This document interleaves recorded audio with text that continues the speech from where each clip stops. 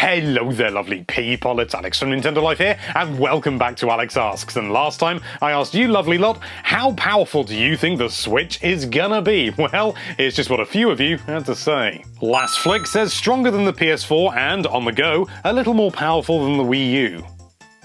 That wouldn't make sense. In Bursto Ashes says, I think the Nintendo Switch is as powerful as Alex's broken PS2. It could happen. Well, I don't even know if it is broken. It could be... You know what? I'm going to test it now. I really hope this thing's multi-voltage. So I just need to plug that in there. And... Oh, switch. No. Oh, it does work! It's got a reset button, so what... It lives!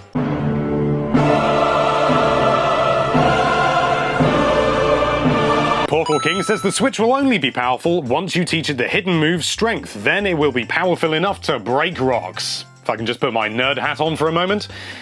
HM stands for Hidden Machine and not Hidden Move. Bill John says more powerful than your hatred of ducks. Look, I don't hate ducks. Some of my best friends are ducks. Cuban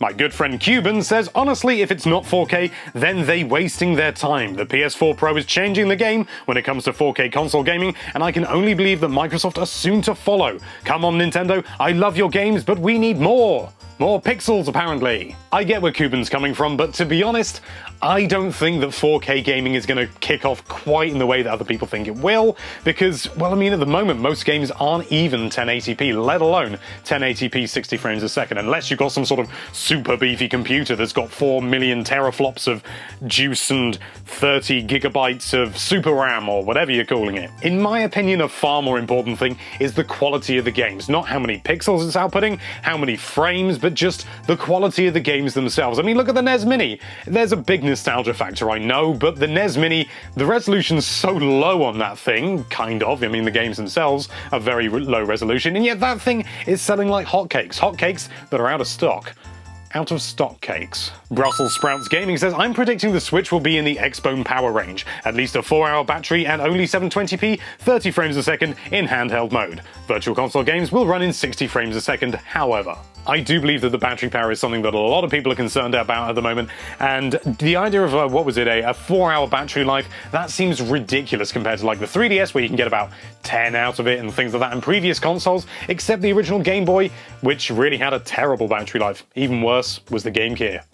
But for something to be able to have that much power and be portable, it's gonna use up a lot of juice, or be really heavily optimized, which is possible, I suppose, but also, we've got these massive battery packs that you can buy now, these standard USB batteries, and I'm sure someone will make a case for the Switch where it has a battery in it as well.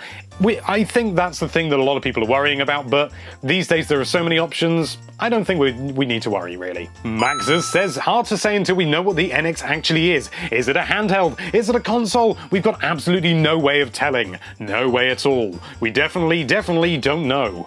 Really. Isaiah Hill comes back to the battery argument and says if the Nintendo Switch can last at least 5 to 6 hours without charging, then I'm good with that. Smiley face. Yeah, I'd say 5 to 6 hours would be acceptable. To be honest, even the 4 hours, that would be acceptable. It's going to depend on the game you're running, I'm sure, much like, you know, a mobile unit, by which I mean a mobile device, obviously. Bramble Gaming says the Switch will be at least as powerful as a toaster. I don't know, mate, I did a brief Google search and I found some fantastic looking toasters just on Google Images. Some of them had, you know, they had screens, they had Wi-Fi, they had social capabilities, some of them were cooking eggs, you know, you name it. These toasters are advanced. I don't know if the Switch can compare. Apollo 10 says, since the Switch is based on a custom Tegra chip, I find it quite likely that it would be more powerful than the Tegra X1. If the chip is based on the Pascal architecture, it should have a great power-to-energy consumption ratio. My best guesstimate is that the Switch's chip power would be between a GTX 960 and a GTX 1060. Well, if you're watching and that means something to you, well done, you know more about chips than I do. But it sounds good. Yeah, Spectacular says maybe not as powerful as the Play Potato 4, but can outperform the X-Potato 1, and it is clearly nowhere near the Potato Pro. Just how I like my potatoes. Alexandre Nepomuceno, I'm sorry if I pronounced that incorrectly, says Nintendo already proved that power isn't everything. The Wii U has some of the most gorgeous games this generation, even if only half of the Xbox One processing power, namely Mario Kart 8 and Xenoblade Chronicles. I'm guessing you mean Xenoblade Chronicles? X. I alluded to this previously in the video, but that is exactly how I feel. It doesn't just come down to raw power, it also just comes down to the games themselves. They are far more important, because you can have all the power in the world, but if you don't have any decent games, you're gonna flop. Look at the Dreamcast, although it actually had some good games. And finally, Tim Martin says, I heard in a video that the Switch may be no more powerful than the Wii U. Well, Tim, to be honest with you, when it comes to videos and things like that, especially YouTube, you've got to sort of just don't take everything as read, because the people who make them, you know, they're generally looking more for clicks than anything.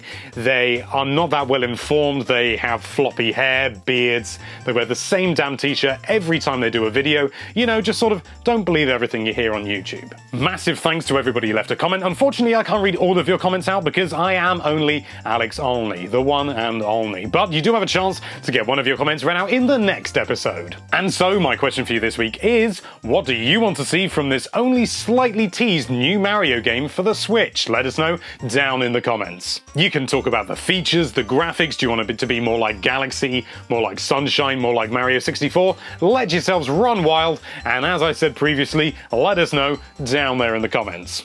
I'm not going to tell you again. Thank you so much for watching. If you like this video, then why don't you create a weekly thing? Thank you so much for watching. If you like this video, then why don't you create a weekly YouTube series all about that subscribe button and it asking you questions, and be sure to check out NintendoLife.com for all sorts of lovely Nintendo-related content. Thank you again for watching. Bye-bye.